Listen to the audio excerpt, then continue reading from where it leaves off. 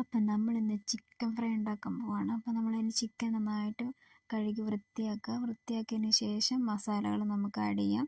ആദ്യം തന്നെ നമ്മൾ മുളക് പൊടി ആഡ് ചെയ്യുക, അതിന് ശേഷം മഞ്ഞൾപ്പൊടി, അത് കഴിഞ്ഞിട്ട് നമുക്ക് ചിക്കൻ മസാല ആഡ് ചെയ്യാം. പിന്നെ നമ്മൾ ഇഞ്ചിയുടെ പേസ്റ്റ് കടയിൽ നിന്ന് വാങ്ങിച്ചിട്ടുണ്ടായിരുന്നു, അത് നന്നായിട്ട് ആഡ് ചെയ്യാം കേട്ടോ. എന്നിട്ട് നന്നായിട്ട് യോജിപ്പിക്കുക, എല്ലാം കൂടെ നന്നായിട്ട് ആ ചിക്കനിൽ നന്നായിട്ട് മസാല പിടിക്കണം. അതുവരെ നന്നായിട്ട് ഇളക്കി കൊടുക്കുക, നല്ല രീതിയിൽ ഇളക്കണം കേട്ടോ, ഇളക്കി മിക്സ് ആക്കണം.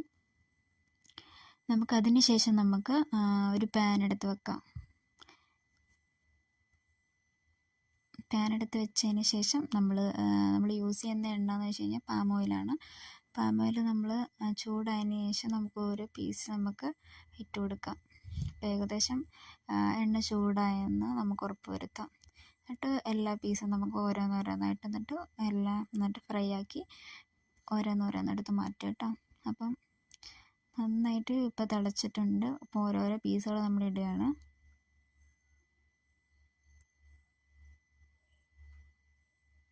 അപ്പം നിങ്ങൾക്ക് കാണാൻ പറ്റും എണ്ണ തിളച്ചു, അപ്പം അത് ഫ്രൈ ആവുന്നത് മനസ്സിലാകാൻ പറ്റും.